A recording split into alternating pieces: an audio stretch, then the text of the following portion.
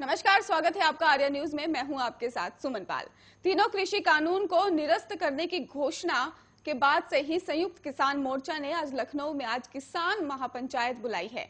लखनऊ के eco garden में ही बंगला बाजार में आयोजित की गई है, जो सुबह 10 बजे शुरू होगी। इसमें किसान नेता राकेश टिकैत, दर्शन पाल, बलवीर सिंह राजेवाल और जोगिंदर सिंह उग्रावा सहित कई किसान नेता मौजूद रहेंगे। भारतीय किसान यूनियन के प्रवक्ता राकेश टिकैत ने किसान महापंचायत के लिए किसानों से आने से अपील की है और उन्होंने चलो लखनऊ के नारे भी दिए हैं।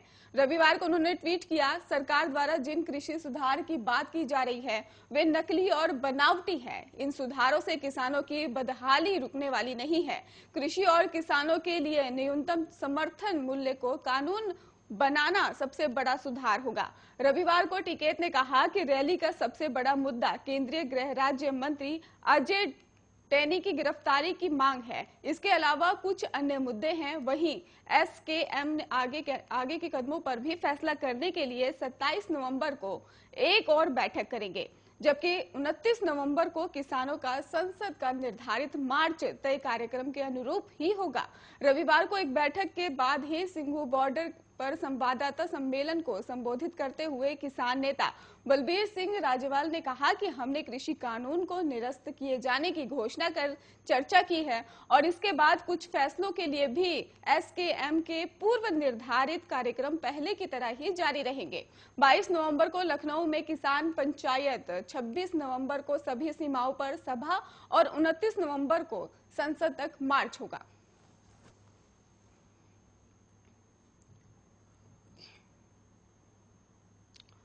ओवैसी ने रविवार को चेतावनी दी है कि अगर सरकार एनपीआर और एनआरसी कानून लाएगी तो हम एक और नया शाहीन बाग खड़ा कर देंगे।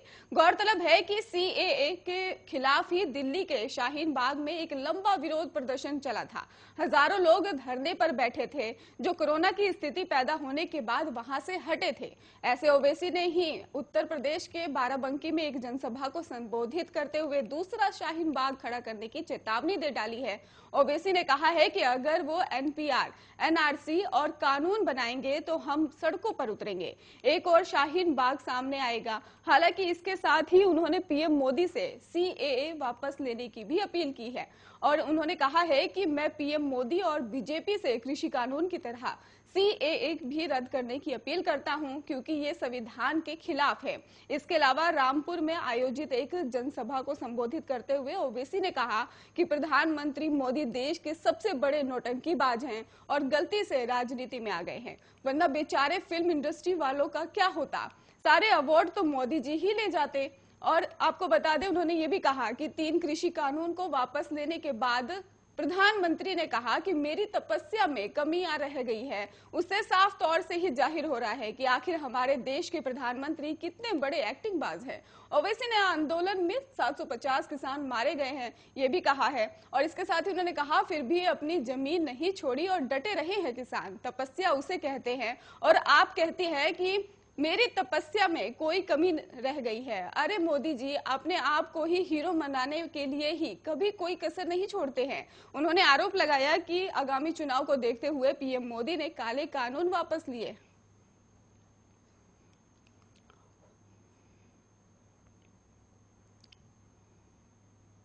एक तरफ दिल्ली एनसीआर में पारा लगातार गिर रहा है, तो वहीं दूसरी ओर प्रदूषण के कारण हवा की गुणवत्ता काफी खराब हो गई है। ऐसे में प्रदूषण से निपटने के लिए सरकार की ओर से कई कदम उठाए गए हैं, लेकिन प्रदूषण की स्थिति लगभग तस से मस ही है और दिल्ली में हवा की गुणवत्ता 352 पर है। सफर इंडिया के मुताबिक ये बहुत खराब है श्रेणी में आता है और इसके साथ ही प्रदूषण के मौजूदा हालात को काबू करके ही मकसद जो है वो दिल्ली में लगाई गई कई पाबंदियां आज खत्म हो रही हैं।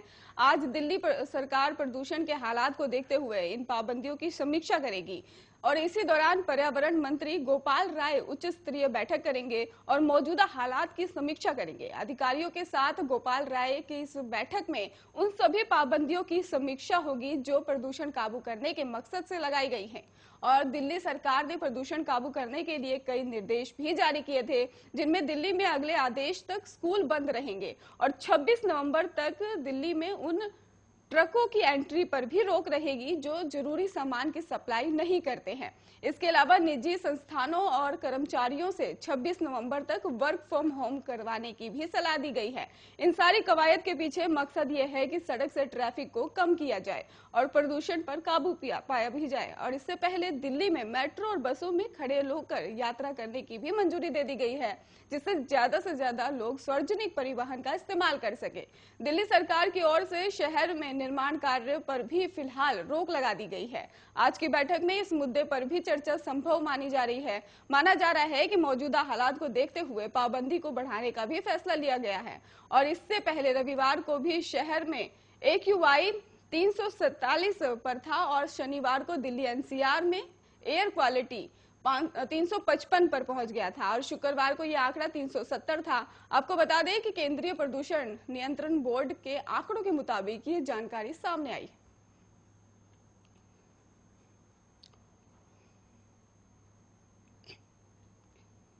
जबलपुर के टेमर भीटा गांव के पास ही शनिवार को 4 साल के एक नर तेंदुओं का शिकार करने वाले 3 शिकारियों को वन विभाग ने गिरफ्तार कर लिया है। तेंदुओं का शिकार तार का फंदा लगाकर किया गया था। दरअसल ये शिकारी फंदा लगाकर जंगली सुअर और खरगोश या छोटे जानवर को शिकार करते थे, किंतु इस बार तेंदुआ ने जाल में ही फंस गया। टेमर भीटा के एक स्कूल के निर्माणाधीन के मुताबिक ये कहा जा रहा है कि वन विभाग की टीम मौके पर पहुंची थी और वन विभाग की टीम तकरीबन 4 साल के नर तेंदुए का पोस्टमार्टम के लिए वेटरनरी कॉलेज को लेकर आई थी, जहां जांच में पाया गया कि तेंदुए का शिकार किया गया है। यह जानकारी लगने के बाद वन विभाग के टीम ने डॉग स्क्वाड की मदद से ही तेंदुए का शिकार करने वाले शिकारियों की तलाश शुरू कर दी है। जबलपुर वन विभाग के अमले में ही कुछ ही घंटों में टेमर भीटा गांव में रहने वाले 3 शिकारियों मुन्ना बेगा, प्रमोद बेगा और छोटू ठाकुर को गिरफ्तार किया गया है। इन शिकारियों ने निजी स्कूल की दीवार के किनारे तार का फंदा लगाया हुआ था। जबलपुर के रेंजर MLA बरकड़े ने बताया है कि तीनों की शिकारियों ने तार का फंदा लगाने की बात कबूल कर ली है। पूछताछ में वन विभाग की टीम को उन्होंने बताया कि खरगोश, जंगली सुअर और कई अन्य छोटे जानवरों का शिकार करने के लिए वो तार का फंदा लगाया करते थे, लेकिन शनिवार को धोखे से इसी तार के फंदे में तेंदुआ फंस गया और उसकी मौत हो गई। फिलहाल वन विभाग की टीम ने तीनों के शिकारियों को गिरफ्तार कर लिया है और न्यायालय में पेश किया गया है, जहां से उन्हें जेल भेज दिया गया है।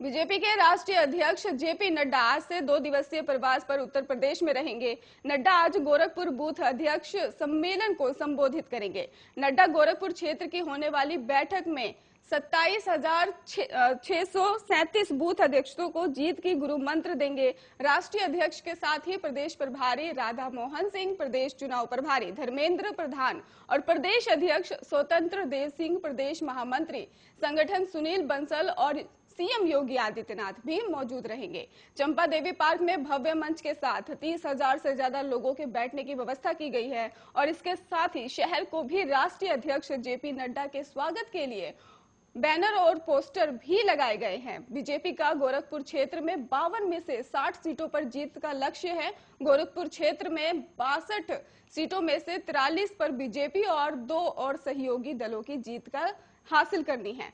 पूर्वांचल में भी बीजेपी और सहयोगी दलों में साल 2017 में 164 सीटों में 115 सीटों पर जीत हासिल हुई है। 23 नवंबर को नड्डा कानपुर में बूथ अध्यक्ष सम्मेलन को संबोधित करेंगे और कानपुर में क्षेत्रीय कार्यालय के उद्घाटन के साथ ही 7 जिलों कार्यालयों का भी वर्चुअल उद्घाटन करेंगे। JP नड्डा आज शाम 6:15 पर ही लखनऊ में पार्टी के सीनियर नेताओं के साथ बैठक करेंगे और फिर योगी आदित्यनाथ के घर पर डिनर से पहले कोर कमेटी की बैठक में भी शामिल होंगे।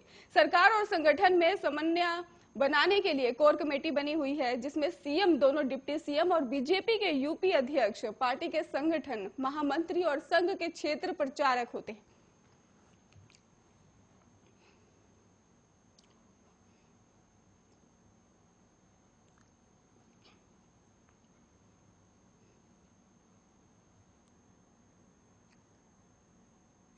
इंदौर के चंदन नगर थाना क्षेत्र में करीब 6 महीने पहले की गई आत्महत्या के मामले में मृतक पति के ससुराल वालों और पत्नी के प्रेमी पर आत्महत्या के उकसाने के लिए मामला दर्ज किया गया है। दरअसल एक सौदे के तहत ही शादी की गई थी और मृतक से उसके ससुर 70,000 रुपए लिए थे और जिसके बाद से ही आपको बता दें कि जब बची हुई 30,000 रकम पति ने नहीं चुकाई तो युवक को उसके ससुराल वाले प्रताड़ित करने लगे और जिसके चलते उसने फांसी लगाकर अपनी जान दे दी। दरअसल ये पूरा मामला इंदौर के चंदन नगर इलाके का बताया जा रहा है, जहां मई महीने में एक शख्स ने फांसी लगाकर अपनी जान दे दी और जिसके बाद से चंदन नगर पुलिस ने मामले की जांच शुरू की और उसकी पत्नी, ससुर और पत्नी के प्रेमी सहित कुल 4 लोगों के खिलाफ आत्महत्या के लिए उकसाने का मामला दर्ज कर लिया।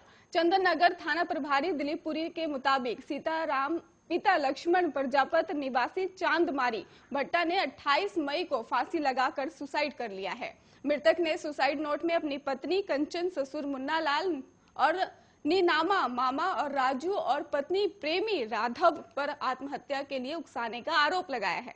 बताया यह भी जा रहा है कि मृतक सीताराम हत्या के एक मामले में लंबे समय से जेल में था और जेल से छूटने के बाद उसने धार निवासी कंचन नामक एक महिला से शादी की थी। इसके लिए बकायदा उसने पत्नी कंचन को, पिता को 70,000 रुपए भी दिए थे। हालांकि बाद में वो तय रकम के हिसाब से 30,000 रुपए चुकाने में असमर्थ रहा और जिसके चलते उसका ससुर मुन्ना लाल नीनामा उसे जलील करता रहा। पुलिस ने अब सभी के खिलाफ मामला दर्ज कर लिया है और मामले की जांच फिलहाल कर ली।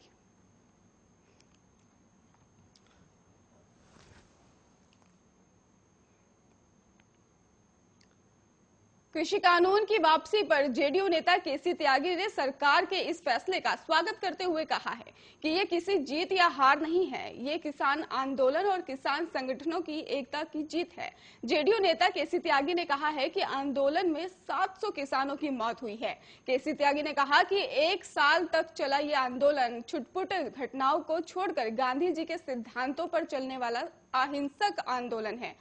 और इसके साथ ही उन्होंने कहा कि लड़ाई में अभी खत्म नहीं हुई है और उन्होंने ये भी कहा कि एमएसपी पर भी कानून बनने का लड़ाई खत्म नहीं होगी। केसी त्यागी मेरठ की आशियाना कॉलोनी में एक बुनकर सम्मेलन में बतौर मुख्य अतिथि के रूप में पहुंचे हुए थे। इसी दौरान उन्होंने कहा कि ये किसान संगठनों की जीत है। उन्होंने कहा कि सरकार एमएसपी कानून बनाने की दिशा में ठोस कदम उठाए। वहीं आगामी यूपी चुनाव की लेकर भी उन्होंने जेडीयू नेता ने केसी त्यागी ने कहा है कि उनकी पार्टी यूपी में एनडीए के साथ चुनाव लड़ने की कोशिश कर रही है और इस दिशा में बातचीत चल रही है। केसी त्यागी ने कहा कि अगर बात नहीं बनी तो जेडीयू सीमित सीटों पर अपने बलबूते पर चुनाव लड़ेगी। वहीं जेडीयू नेता केसी त्यागी ने लखीमपुर खीरी कांड पर कहा कि जिस तरह से मंत्री पुत्र ने किसानों पर गाड़ी चढ़ाकर उन्हें रौंदने का काम किया है वो निंदनीय है।